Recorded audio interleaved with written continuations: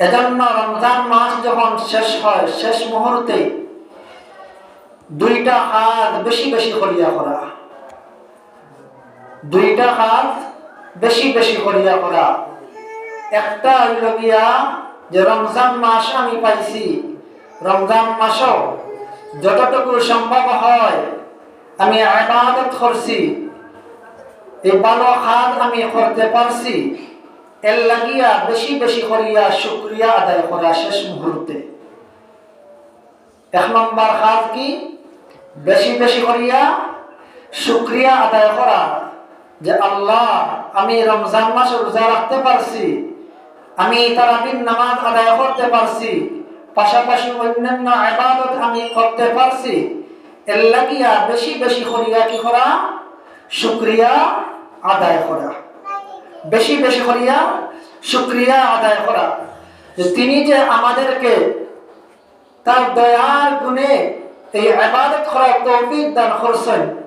এটা হইল কি একমাত্র আল্লাহ তাআলার দয়া, আল্লাহ তাআলার দয়া। যে আল্লাহ তাআলার দয়া এবং মায়ায় আমি রমজান মাসও সামর্থ্য অনুযায়ী ইবাদত করতে পারছি, এজন্য বেশি বেশি করিয়া শুকরিয়া আদায় করা। আর এই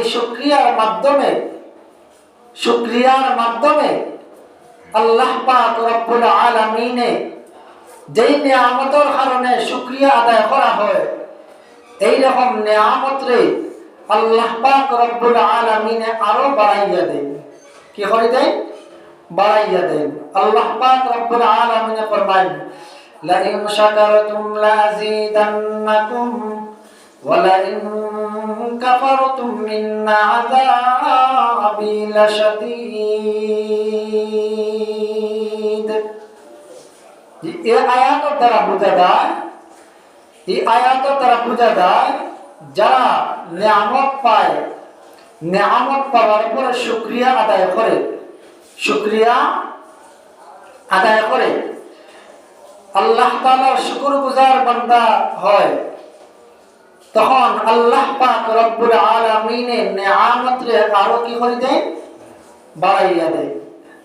আর নিয়ামত পাওয়ার পরে যদি বান্দা শুকরিয়া আদায় না করে, আল্লাহ তাআলার শুকর আদায় করে না, আল্লাহ তাআলার দরবারে শুকরিয়া আদায় করে না, তাহলে আল্লাহ পাক রব্বুল আলামিনে কি করবা? নিয়ামতরে ছিনাইয়া নিবা আর কঠিন আযাবের মধ্যে আল্লাহ তাআলা গ্রেফতার করবা, কঠিন আযাবের মধ্যে আল্লাহ তাআলা পতিত করবা। তাহলে বোঝা গেল যেই নিয়ামত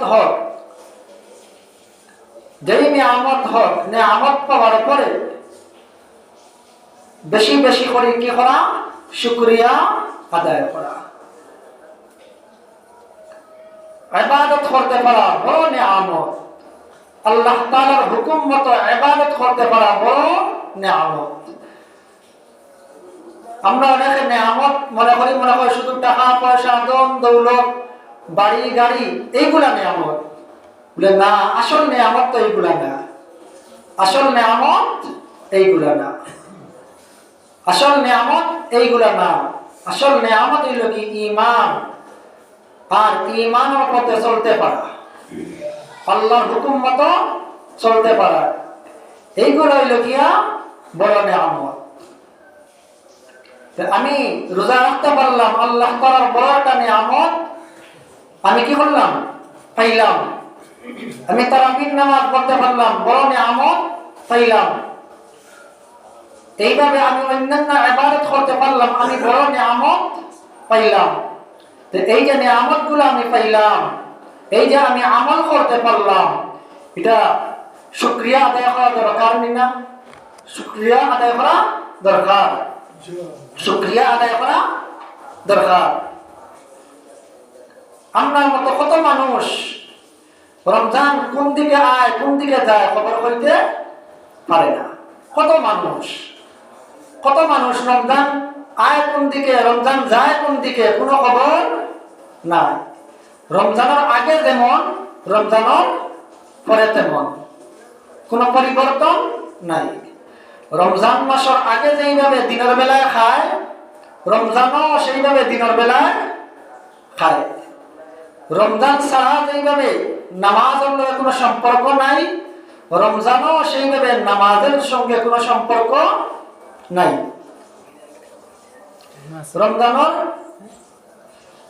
রমজানও এই গুরুত্বপূর্ণ সময় নামাজের সঙ্গে সম্পর্ক নাই। যেইভাবে রমজানের আগে সময় কাটাইছে, সেইভাবে রমজানও সব সময় কাটাইছে। এইরকম মানুষ আছে না নাই? আছে। কি রোজা, কি নামাজ, কি জিকির আজকার, কি ইবাদত বندگی করা কিচ্ছু নাই, কিচ্ছু নাই। যদি জিজ্ঞাসা করা হয় ইবাদতের ব্যাপারে, তাহলে সময় নাই। কত ব্যস্ততা, কত উজর আপত্তি, কত সমস্যা দেখানি হয়। এই সমস্যা সেই সমস্যা, আল্লাহ তাআলার হুকুম মানতে যত আপত্তি, যত সমস্যা। এর বাইরে দুনিয়াবি লাইনে কোনো সমস্যা থাকে না। আল্লাহ পাক রব্বুল আলামিনের হুকুম, রমজান মাসের ইবাদত বندگی করলাম, নিয়ামত পাইলাম, এর লাগিয়া বেশি বেশি শুকরিয়া আদায় করতাম। শেষ মুহূর্তে, রমজানের শেষ মুহূর্ত কত মানুষ এই রমজান পার, আগামী রমজান পাইব কি না সন্দেহ। এই রমজান পার পাইছে, আগামী রমজান পাইব কি না গ্যারান্টি নাই। আল্লাহ তাআলা যদি হায়াত দান করেন, আগামী রমজান পাইতাম। আর যদি আল্লাহ তাআলার মনসা হয়ে যায়, তাহলে আগামী রমজান পাওয়ার কোনো সুযোগ নাই। এই যে সময় যতটুকু আছে, এই সময়টুকুরেও গনিমত মনে করতাম, সম্পদ মনে করতাম। আমি রমজানের আগে যতটুকু অবহেলায় কাটাইছি, আগ মুহূর্তে রমজানের শুরু থেকে এখন পর্যন্ত, এই অবহেলারে আমি অপরাধ মনে করতাম। আর ও যতটুকু সময় আছে, ইফতারের আগ মুহূর্ত পর্যন্ত রমজানের যে সময়টুকু আছে, এই সময়ের গনিমত মনে করিয়া আল্লাহ তাআলার কাছে রুনাদারি করতাম। আল্লাহ তাআলার কাছে আমি চাইতাম যে আল্লাহ, আমি রমজান মাস পাইছি, পাইয়া আমি কি করতে পারছি না, সঠিকভাবে আমি রমজান মাসের হক আদায় করতে পারছি না, রোজার হক আদায় করতে পারছি না। আল্লাহ, তুমি আমারে মাফ করো, রমজানের ফজিলত আমারে দান করো। রমজানের হক যেইভাবে আদায় করার কথা আমি সেইভাবে আদায় করছি না, আল্লাহ আমারে মাফ করো, জাহান্নাম থেকে আমারে মুক্তি দান করো। এইভাবে বেশি বেশি করিয়া আল্লাহ তাআলার কাছে চাওয়া। রমজান শেষ মুহূর্তে 1 নম্বর কাজ কিটা হয়েছে? শুকরিয়া আদায় করা। কোন কারণে শুকরিয়া আদায় করা? বলে যতটুকু সম্ভব হয় আমি ইবাদত করতে পারছি, এর লাগিয়া শুকরিয়া আদায় করা।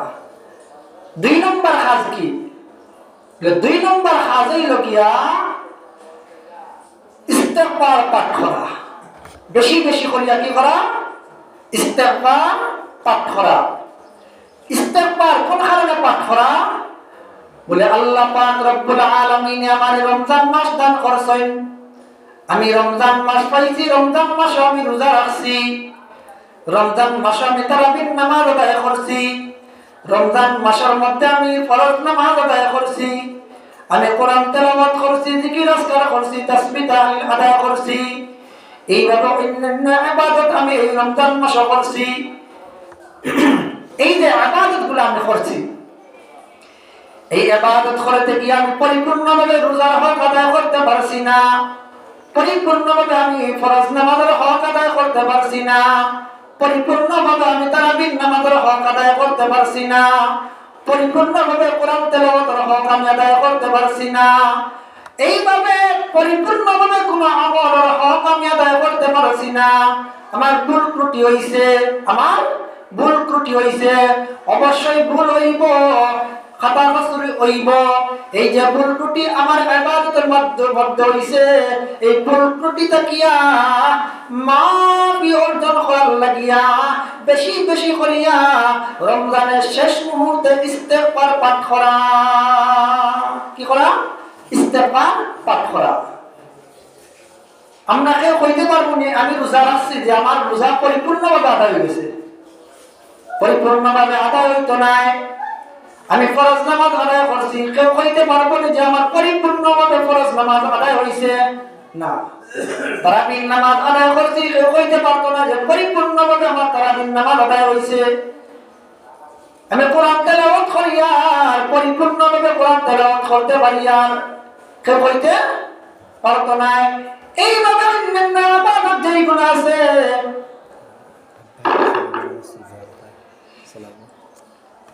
এইভাবে অন্যান্য ইবাদত যেগুলো আছে আমি ইবাদত করি আর গ্যারান্টি দিয়ে আমি কইতে পারতাম না যে আমি ইবাদত করি আর পরিপূর্ণভাবে ইবাদতের হক আমার দ্বারা আদায় হওয়ার, এটা কেউ কইতে পারতো না। আমরা সবাই জানি আমি ইবাদত যত করি ইবাদতের মধ্যে ভুল হইব, ভুল হইব। এই ভুল তাকিয়া ক্ষমা চাওয়ার লাগিয়া, ভুল তাকিয়া মাফি অর্জন করার লাগিয়া, আল্লাহ পাক রব্বুল আলামিনের মাফি পাওয়ার লাগিয়া রমজানের শেষ মুহূর্তে বেশি বেশি করিয়া ইস্তেগফার পাঠ করা। বেশি বেশি করে কি করা? ইস্তেগফার পাঠ করা। দেখো এটা আমল কইলাম দুইটা, কয়টা? দুইটা। একটা আমল হইল গিয়া বেশি বেশি শুকরিয়া আদায় করা, বেশি বেশি শুকরিয়া আদায় করা। দুই নম্বর আমল কি? দুই নম্বর আমল হইল গিয়া বেশি বেশি করিয়া ইস্তেগফার পাঠ করা, বেশি বেশি করিয়া ইস্তেগফার পাঠ করা। রমজান মাস আল্লাহ পাক রব্বুল আলামিন দান করছেন। এই রমজান মাস যদি আমরা পাইলাম, যদিও আমরা রমজান মাস পাইলাম, এই রমজান মাস পাওয়ার পরে রমজানের যদি পরিপূর্ণ হক আদায় না করি, রমজান মাস পাওয়ার পরে যদি রমজানের ফজিলত আমরা অর্জন করতে না পারি, রহমত অর্জন করতে না পারি, মাগফিরাত অর্জন করতে না পারি, রমজানের যত ফজিলত আল্লাহ পাক রব্বুল আলামিনের রাখছেন রমজান মাসের মধ্যে, এইগুলা যদি আমরা অর্জন করতে না পারি, নবী করিম সাল্লাল্লাহু আলাইহি ওয়াসাল্লাম ফরমায়েন জিবরাইল আলাইহিস সালামের বদদুয়া হইল গিয়া ওগুলো মানুষ ধ্বংস হোক, ওগুলো মানুষ ধ্বংস হোক যেইগুলো মানুষ রমজান মাস পাইছে, রমজান মাস পাওয়ার পরেও আল্লাহ পাক রব্বুল আলামিনের রহমত অর্জন করতে পারছে না, মাগফিরাত অর্জন করতে পারছে না, আল্লাহ পাক রব্বুল আলামিনের নিকট অর্জন করতে পারছে না, এইগুলো মানুষ ধ্বংস হোক, এইগুলো মানুষ ধ্বংস হোক। জিবরাইল আলাইহিস সালাম ধ্বংস হওয়ার বদদুয়া করেন, ধ্বংস হওয়ার বদদুয়া করেন। জিবরাইল আলাইহিস সালাম ধ্বংস হওয়ার বদদুয়া করেন। এই বদদুয়াটা কত বড় বদদুয়া, কত বড় বদদুয়া। আর শুধু নবীজির সামনে জিবরাইল আলাইহিস সালাম বদদুয়া করছেন এমন না, জিবরাইল আলাইহিস সালাম বদদুয়া করছেন, বদদুয়া করার সঙ্গে সঙ্গে আবার জিবরাইল আলাইহিস সালাম নবী করিম সাল্লাল্লাহু আলাইহি ওয়াসাল্লাম কইছেন, ওগো নবীজি আপনি হক্কা আমিন, আমি যে বদদুয়া করি আর এই বদদুয়া আল্লাহ পাক রব্বুল আলামিন কবুল করতা। জিবরাইল আলাইহিস সালামের কয় নবী করিম সাল্লাল্লাহু আলাইহি ওয়াসাল্লাম কইছেন আমিন। নবীজি কি কইছেন? আমিন। জিবরাইল আলাইহিস সালামের বদদুয়া করছেন আর নবীজি কি কইছেন? আমিন কইছেন। এই আমিন দ্বারা কি বুঝা যায়? বলে জিবরাইল আলাইহিস সালামের বদদুয়া কররা, নবীজিও সমর্থন কররা, নবীজি কি কররা? সমর্থন কররা। আসলে যারা রমজান মাস পায় রমজান মাস হওয়ার পরে রমজানের হক আদায় করে না, রমজানও যেইভাবে আমল করার কথা সেইভাবে আমল করে না, যেইভাবে সময় কাটাইবার কথা সেইভাবে সময় কাটায় না। এইগুলো মানুষ আসলেই হতভাগা, এইগুলো মানুষ আসলেই ধ্বংসপ্রাপ্ত, এইগুলো মানুষ আসলেই ধ্বংসপ্রাপ্ত। এটা ধ্বংস যে এটা জিবরাইল আলাইহিস সালামের বদদুয়া দ্বারা বোঝা যায়, নবীজির আমিন হওয়ার দ্বারা বোঝা যায়। আমরা যদি চিন্তা করি একটু আমি আমার নিজের লইয়া ফিকির করি, তাহলে বুঝতে পারবো আমি রমজানের কতটুকু, রমজানের গুরুত্ব যেইভাবে সেইভাবে আমি কতটুকু আমি নিজরে নিয়োজিত করছি, নিজে আমল করছি, কতটুকু আমি নিজে ফিকির করি, চিন্তা যদি করি। জিবরাইল আলাইহিস সালামের বদদুয়া শামিল আমরা হইতাম না, জিবরাইল আলাইহিস সালামের বদদুয়ার শামিল আমরা হইতাম না, বদদুয়ার অন্তর্ভুক্ত আমরা হইতাম না। জিবরাইল আলাইহিস সালামে যে বদদুয়া করছেন, যদি আমরা এই বদদুয়ার অন্তর্ভুক্ত হয়ে যাই তাহলে উপায় আছে নি? জিবরাইল আলাইহিস সালামের বদদুয়া ধ্বংস হওয়ার বদদুয়া, এই বদদুয়ার অন্তর্ভুক্ত যদি আমরা হইতে উপায় আছে নি?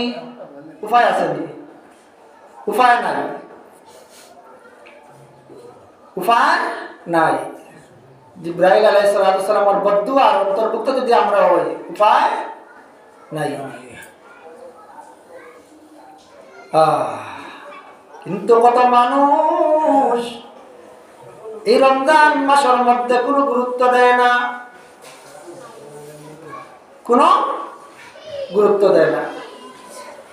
এইভাবে রমজানের আগে সময় কাটায়, সেইভাবে রমজানও সময় কাটায় অবহেলায়।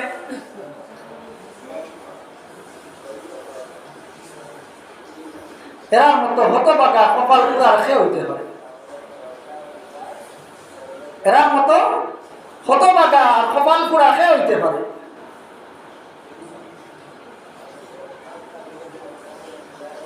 আল্লাহ তাআলা জাহান্নামের দরজা বন্ধ করে রাখেন, জান্নাতের দরজা খুলিয়া রাখেন। রমজানও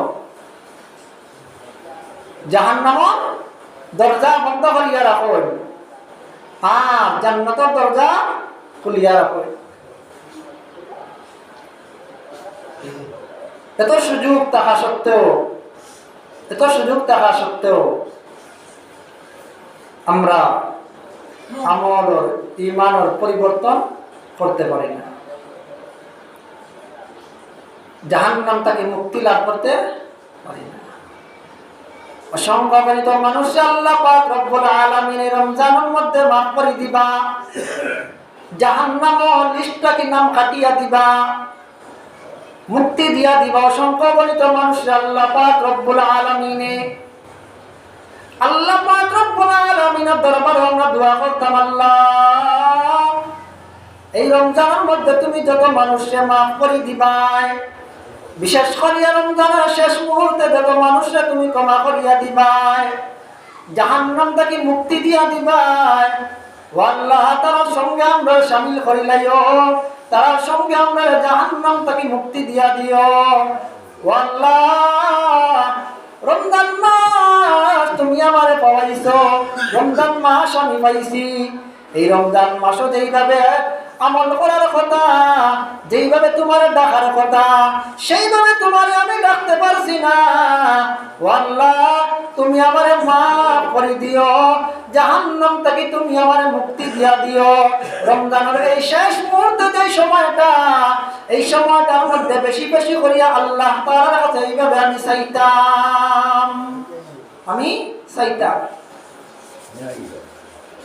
চাইতাম রমজান মাসের মধ্যে।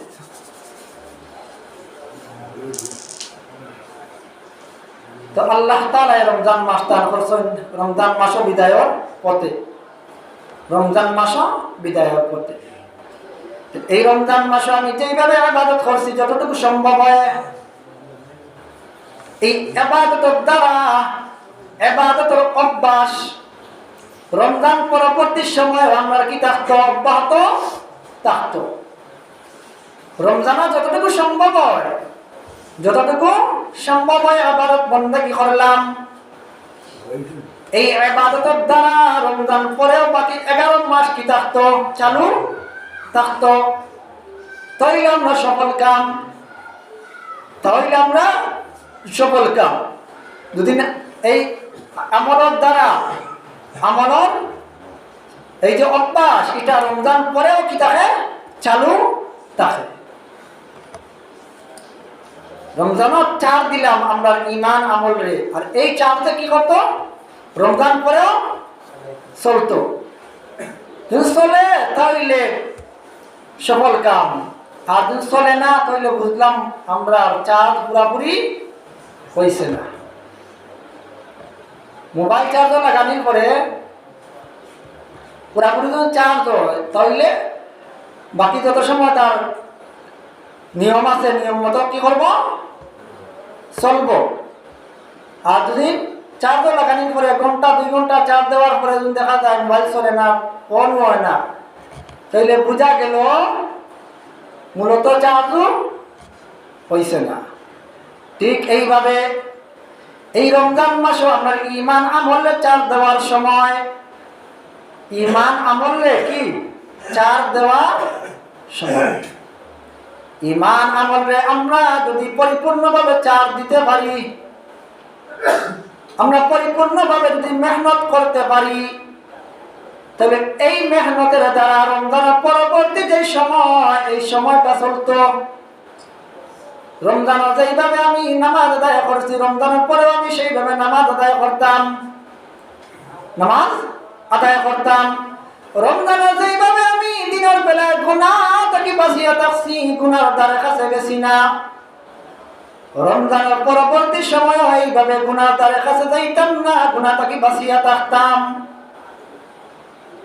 তাইলে বোঝা গেল যে রমজানের যে মেহনত এই মেহনতের দ্বারা শুধু রমজানও চলতো এমন না, রমজানের পরবর্তী যে সময়গুলা এই সময় আমরা কি হইতো চলতো।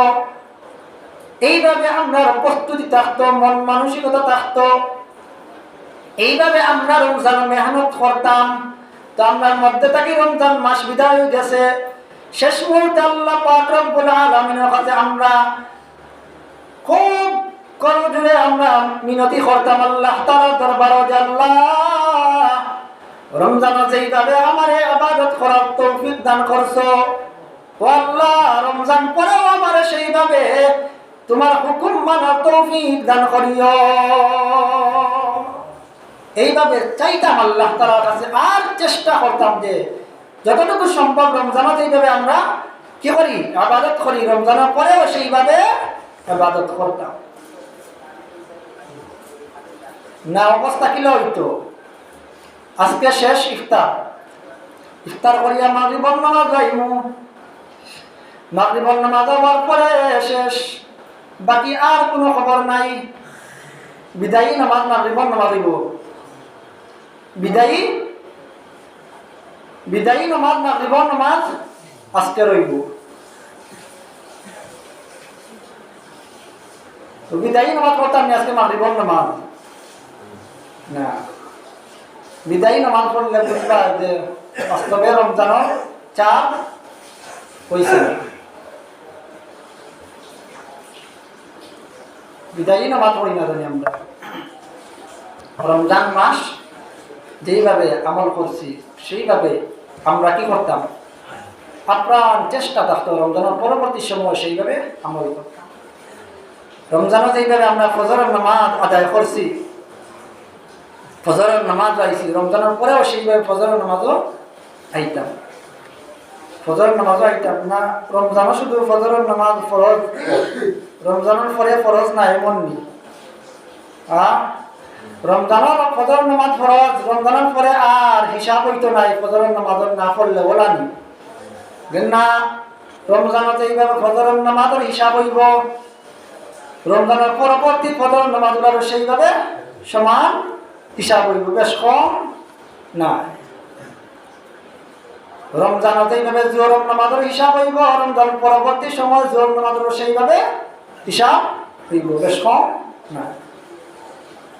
এর লাগিয়া আমরা আমল বন্ধ করতাম না, আমল বন্ধ করতাম না, আমল চালু থাকতো।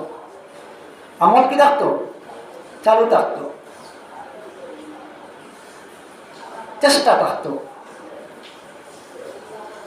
আমল যদি চালু থাকে, আমল চালু থাকা অবস্থা যদি আমার মরণ হয়, তাহলে এই মরণটা হইব ইমানি মরণ হইব। আর যদি আমল চালু থাকে না, আমার মধ্যে আমল থাকে না, বেআমলি থাকে, আর বেআমলি অবস্থা যদি আমার মরণ হয়, তাহলে আমার মরণটা হইব ভয়াবহ অবস্থা।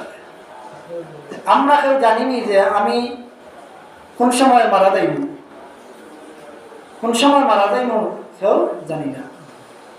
ফজর নামাজ আমি পড়লাম না, ফজর নামাজের পরে জোহরের আগে আমি মারা যাইতে পারিনি, মারা যাইতে পারি। জোহরের নামাজ আমি পড়লাম না, জোহরের নামাজের পরে আসরের আগে আমি মারা যাইতে পারিনি, মারা যাইতে পারি।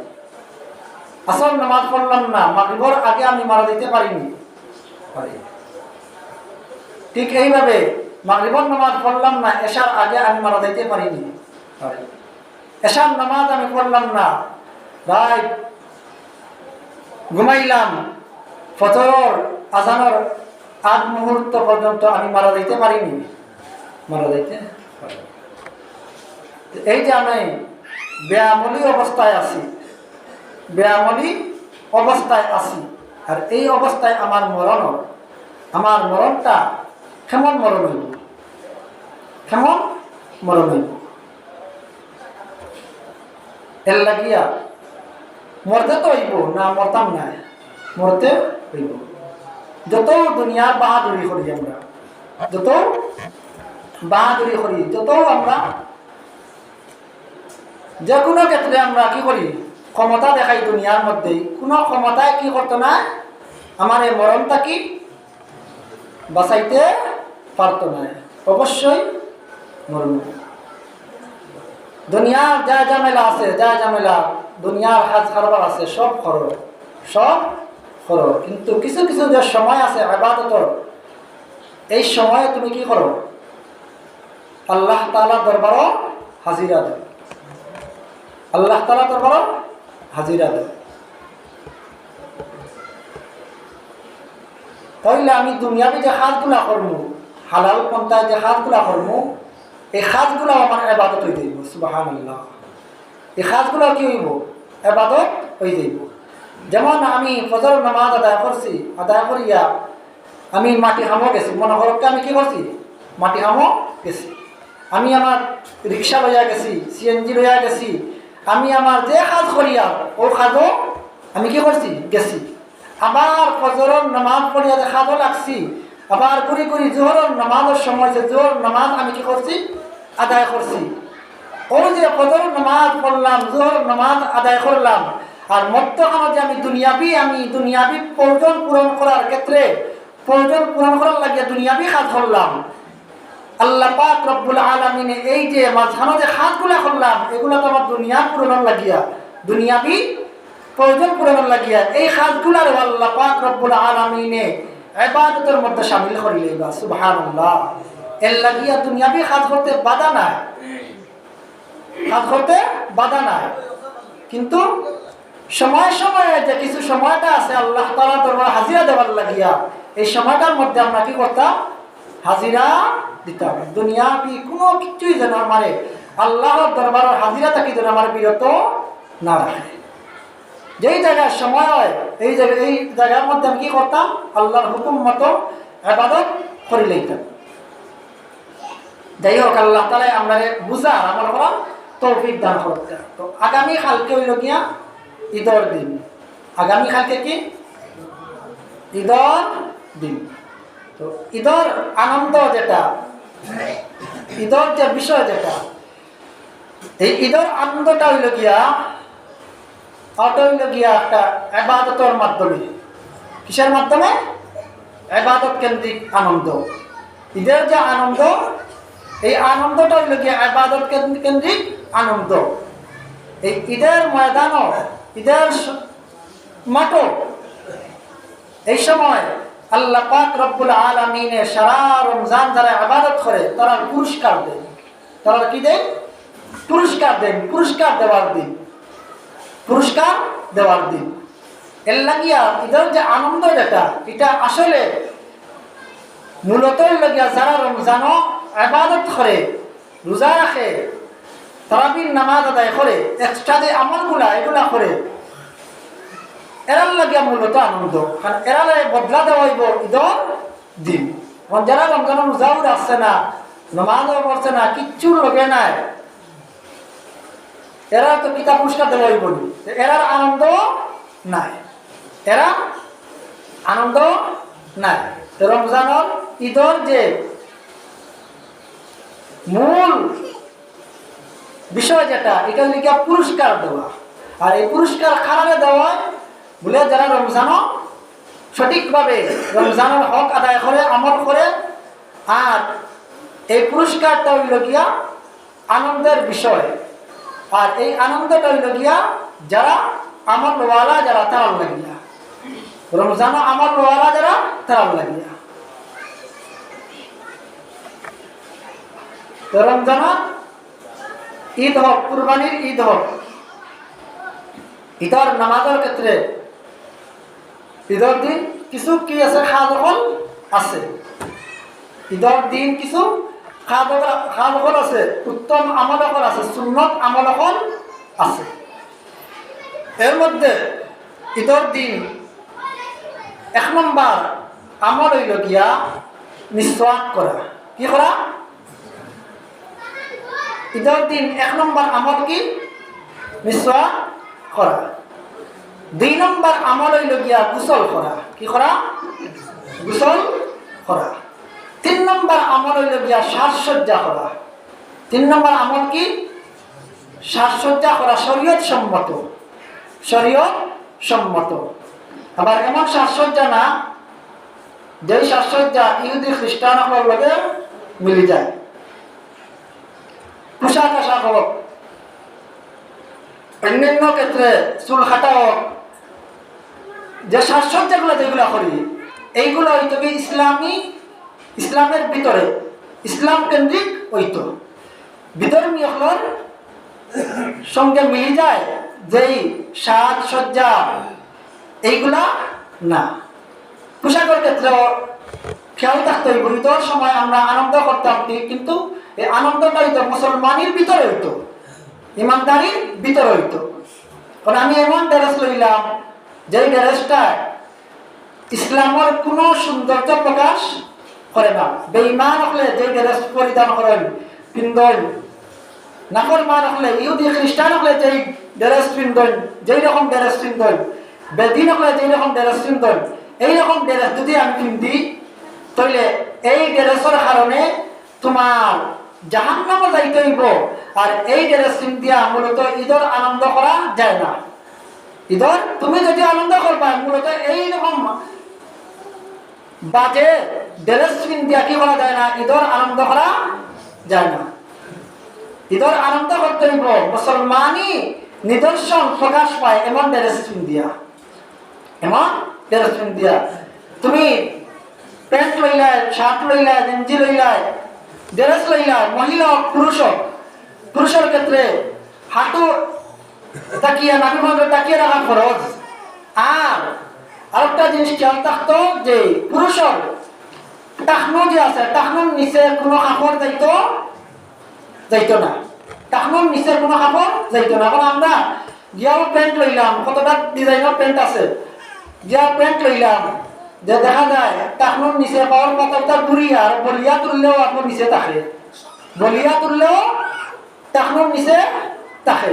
এই যে আমি কিনলাম, লইলাম, টাকনোর নিচে আমি পরিধান করলাম, এটা ইসলামিক ড্রেস হইল না।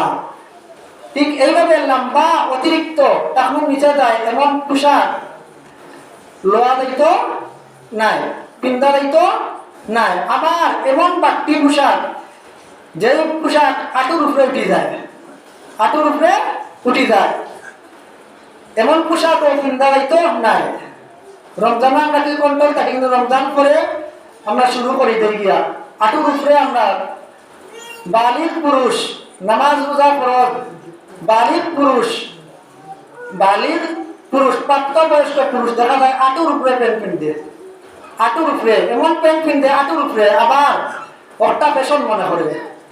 আটু দেখা যায়, আটু ছোট ছোট বাচ্চাকে যে ড্রেস কিনতেন প্যান্ট কিনতেন, বড় বড় পুরুষ দেখা যায় আটুর উপরে প্যান্ট কিনতে, আটুর উপরে যে প্যান্ট কিনতে এর দ্বারা তো সদর দেখা হয় না, ফরজ তরক হয়, ফরজ তরক হয়, ফরজ আদায় পোশাকের ফরজ আদায় হয় না।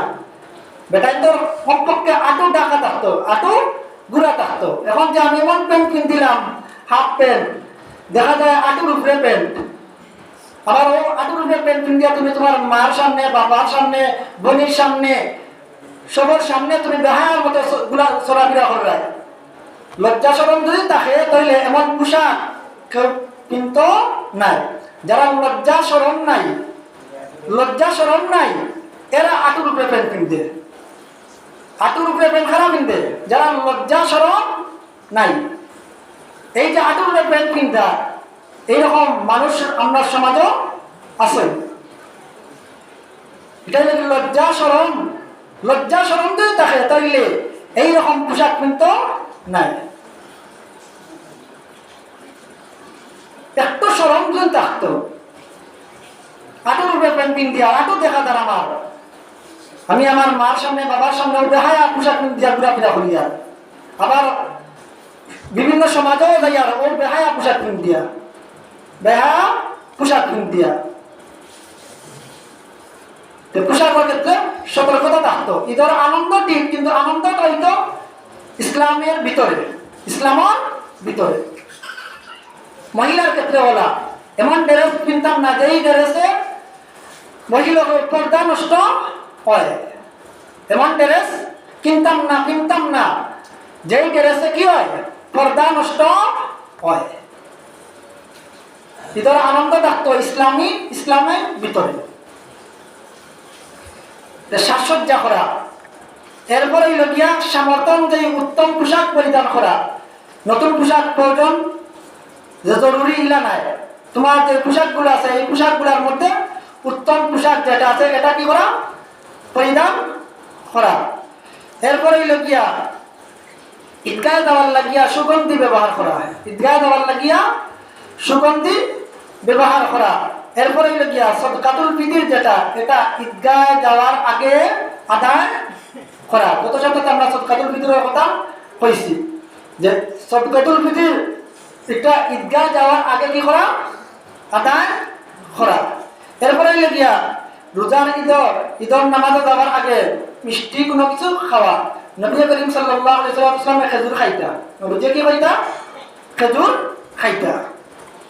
এরপরে লগিয়া দ্রুত সকাল ঈদগাহ যাওয়া, দ্রুত সকাল ঈদগাহ যাওয়া। এরপরে লগিয়া এক রাস্তায় যাওয়া আর এক রাস্তায় ফিরিয়া আওয়া।